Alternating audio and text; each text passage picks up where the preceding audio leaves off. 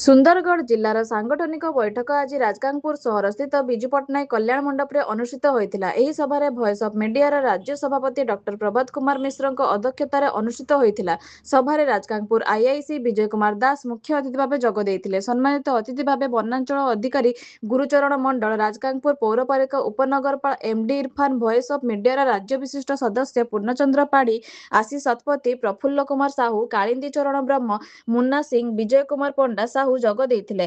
ଉକ୍ତ ସଭାରେ ଡକ୍ଟର ପ୍ରଭାତ କୁମାର ମିଶ୍ର, ସୁନ୍ଦରଗଡ଼ ଜିଲ୍ଲା ଭଏସ୍ ଅଫ୍ ମିଡିଆର ସଭାପତି ଭାବେ ରମେଶ କୁମାର କେଶରୀ, ସାଧାରଣ ସମ୍ପାଦକ ଭାବେ ବିଶ୍ୱଜିତ ଶତପଥୀ ଏବଂ ଅମୀୟ ରଞ୍ଜନ ଦାସଙ୍କୁ କୋଷାଧ୍ୟକ୍ଷ ଭାବେ ମନୋନୀତ କରିଥିଲେ ଓ ରାଜଗାଙ୍ଗପୁର ଭଏସ୍ ଅଫ୍ ମିଡିଆର ସଭାପତି ଭାବେ ଗିରିଜା ପ୍ରସାଦ ସାମଲ, ଉପସଭାପତି ତନ୍ମୟ ସିଂ, ସମ୍ପାଦକ ନମି ସନ୍ନ୍ୟାସୀ ସହ ସମ୍ପାଦକ ମନୋଜ କୁମାର ତନ୍ତୀ, କୋଷାଧ୍ୟକ୍ଷ ମୁକେଶ ପ୍ରସାଦଙ୍କୁ ଘୋଷଣା କରିଥିଲେ। ଡକ୍ଟର ପ୍ରଭାତ କୁମାର ମିଶ୍ର ନିଜ ଅଭିଭାଷଣରେ ସମଗ୍ର ଦେଶରେ ସାମ୍ବାଦିକମାନଙ୍କୁ ଚତୁର୍ଥ ସ୍ତମ୍ଭ କୁହାଯାଉଥିଲେ ମଧ୍ୟ ତାହାକୁ ରାଜ୍ୟ ସରକାର ଓ ତାଙ୍କୁ ଉଚିତ ସମ୍ମାନ ଦେଉନାହାନ୍ତି ବୋଲି କହିଥିଲେ। ସାମ୍ବାଦିକମାନଙ୍କର ବିଭିନ୍ନ ସମସ୍ୟା ଉପରେ ଗୁରୁତ୍ୱ ଦେଉନାହାନ୍ତି ବୋଲି ଅଭିଯୋଗ କରିଥିଲେ। ରାଜ୍ୟରେ ସାମ୍ବାଦିକମାନଙ୍କର ବିଭିନ୍ନ ସଂଗଠନ ପକ୍ଷରୁ ରାଜ୍ୟ ସରକାରକୁ ଦାବି ହେଉଥିଲେ ମଧ୍ୟ ରାଜ୍ୟ ସରକାର କର୍ଣ୍ଣପାତ କରୁନାହାନ୍ତି। ଏହା ଏକ ଗୁରୁତର ସମସ୍ୟା। ଭଏସ୍ ଅଫ୍ ମିଡିଆ ପକ୍ଷରୁ ରାଜ୍ୟ ସରକାରକୁ ଅନେକ ଥର ଦାବି ପ୍ରଦାନ କରିବା ସତ୍ତ୍ୱେ ରାଜ୍ୟ ସରକାରଙ୍କୁ ସାମ୍ବାଦିକମାନଙ୍କ ସୁରକ୍ଷା, ବୃଦ୍ଧାବସ୍ଥା ପେନସନ ଓ ଅନ୍ୟାନ୍ୟ ସମସ୍ୟା ଉପରେ ଧ୍ୟାନ ଦେବାକୁ ଆଗାମୀ ଦିନରେ ଦାବିପତ୍ର ପ୍ରଦାନ କରାଯିବାର କାର୍ଯ୍ୟକ୍ରମ ରହିଛି ବୋଲି କହିଥିଲେ। ମୁଖ୍ୟ ଅତିଥି ବିଜୟ କୁମାର ଦାସ ନିଜ ଅଭିଭାଷଣରେ ପୋଲିସ ପ୍ରଶାସନ ଓ ସାମ୍ବାଦିକ ମିଳିମିଶି ଏକ ସୁସ୍ଥ ସମାଜ ଗଠନ କରିବା ଦିଗକୁ ଅଗ୍ରସର ହେବା ପାଇଁ ଅନୁରୋଧ କରିଥିଲେ। ସେ ନିଜ ନିଜର ଇଚ୍ଛା ଶକ୍ତି ବଳରେ ତଳକୁ ଉପରକୁ ଉଠିଛନ୍ତି ବୋଲି କହିଥିଲେ। ସଭାରେ ଉପସ୍ଥିତ ଥିବା ଏହି ବର୍ଷର କୃତିତ୍ୱ ଛାତ୍ରଛାତ୍ରୀମାନଙ୍କୁ ନିଜ ଇଚ୍ଛା ବଳ ଶକ୍ତିରୁ ଉପରକୁ ଉଠିବାର ପରାମର୍ଶ ଦେଇଥିଲେ।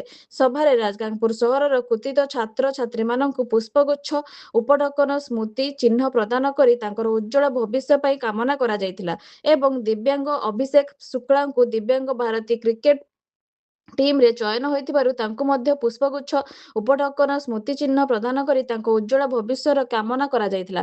ନିକଟରେ ବର୍ଡର ସୁରକ୍ଷା ଫୋର୍ସରୁ ଅବସର ନେଇଥିବା ତାଙ୍କୁ ମଧ୍ୟ ପୁଷ୍ପଗୁଚ୍ଛ, ଉପଢକନ, ସ୍ମୃତି ଚିହ୍ନ ପ୍ରଦାନ କରାଯାଇଥିଲା। ରାଜଗାଙ୍ଗପୁର ସହରର ବରିଷ୍ଠ ସାମ୍ବାଦିକ ରାଜେନ୍ଦ୍ର ବେହେରା, ସୁନୀଲ ଅଗ୍ରୱାଲ, ପୂର୍ଣ୍ଣଚନ୍ଦ୍ର ପାଢ଼ୀ, ଆଶିଷ ଶତପଥୀଙ୍କୁ ପୁଷ୍ପଗୁଚ୍ଛ, ଉପଢକନ ଦେଇ ସମ୍ମାନିତ କରାଯାଇଥିଲା।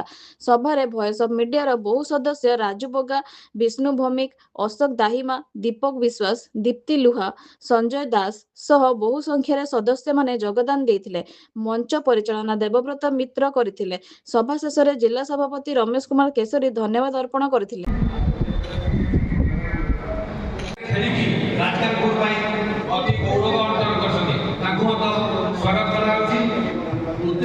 ପୁଷ୍ପଗୁଚ୍ଛ ଏବଂ ସିଟ୍ ପ୍ରଦାନ କରାଯାଇ ସ୍ୱାଗତ କରନ୍ତୁ।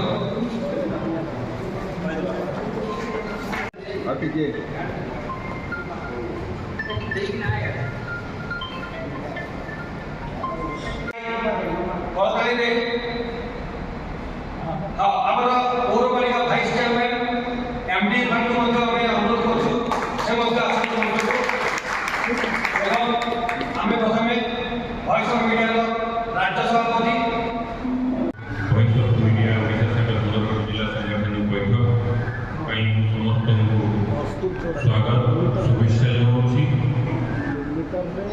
ମୁଁ ରିଭ୍ୟୁ ଦେବାକୁ ଚାହୁଁଛି ଆଜିର ଯେଉଁ ନିୟମ ସମ୍ମାନିତ କରିବେ ସୁନୀଲ ଅଗ୍ରୱାଲ, ବିଭିନ୍ନ ସଂଗଠନ ଜଡ଼ିତ ସାମ୍ବାଦିକ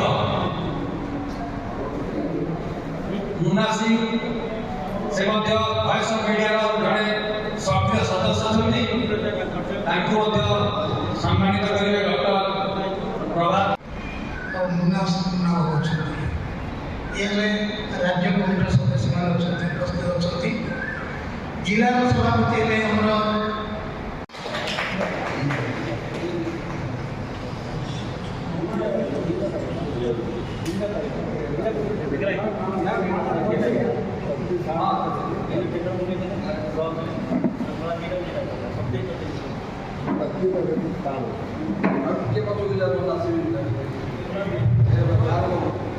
ନିର୍ମଳା ସ୍କୁଲ